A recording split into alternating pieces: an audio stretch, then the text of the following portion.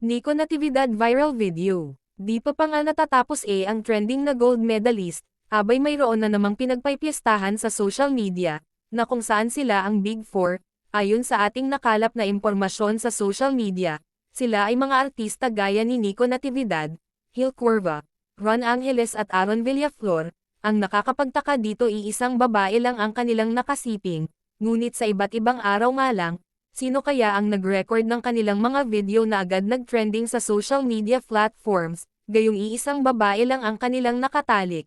Ano kaya ang motibo nito? Bakit sa tagal ng panahon ngayon lang inilabas ang naturang mga trending video? Hindi kaya nagpapansin o dili kaya'y isang taktika lamang para mapag-usapan ang kanilang pangalan gayong until nang sila napunta sa Laos? Nagtatanong lang mga best, ano ang masasabi mo dito kaibigan?